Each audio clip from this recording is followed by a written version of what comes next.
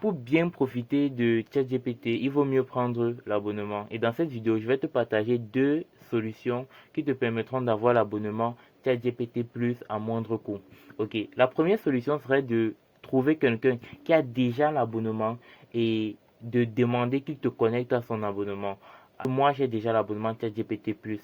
Donc, si tu m'écris sur WhatsApp, tu veux mon numéro, tu tapes numéro en commentaire, tu m'écris sur WhatsApp et je te donne l'adresse mail et le mot de passe avec lequel j'ai pris l'abonnement. Tu auras juste à te connecter pour avoir accès également à l'abonnement. L'avantage, c'est que tu pourras également te connecter directement à Codex.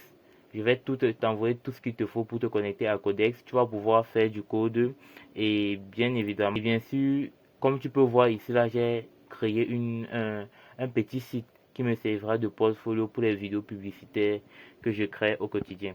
Donc, pour la seconde méthode, c'est Gamsgo. Ce site est fiable parce que je l'ai déjà testé pour prendre l'abonnement ChatGPT. Il fallait que je le teste avant de faire la vidéo. Et une fois que tu vas cliquer ici, tu vas pouvoir prendre l'abonnement. Si tu n'as pas de carte, tu peux utiliser la carte de Orange. Ou alors, si tu n'es pas au Cameroun, tu vas te débrouiller à trouver une carte. Acheter une carte, il y a Niro, il y a tellement de solutions pour les cartes.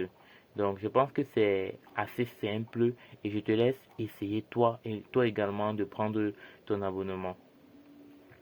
Et dans le cas où tu choisis de prendre l'abonnement avec moi, ce qui va se passer, c'est que lorsque tu vas me contacter, je vais te donner l'abonnement. Et alors, ça, c'est un chat éphémère. Bon, je vais revenir sur un chat normal. Et quand tu vas revenir, tu vas lorsque tu auras l'abonnement, tu vas venir ici, tu vas créer un projet. C'est uniquement dans ton projet que tu vas travailler. Il n'y a pas plus de 6 personnes par abonnement ChatGPT.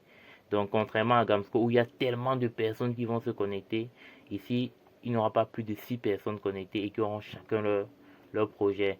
Le travail se fait de manière très simple. Par exemple, moi, je travaille généralement comme ceci. Hmm, lorsque je vais faire mon motion design, voilà les comment est-ce que je crée d'abord mes images, c'est très bien. Maintenant, je vais te donner quelques conseils pour améliorer les images générées par ChatGPT. C'est que il est préférable que tu cherches d'abord une image peut-être en ligne qui te plaise, celle que tu veux créer, puis tu l'envoies, puis tu demandes qu'il crée quelque chose en se servant de ça comme modèle.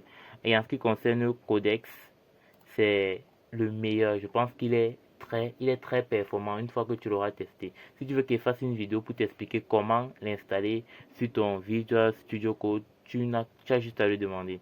Donc voilà tout.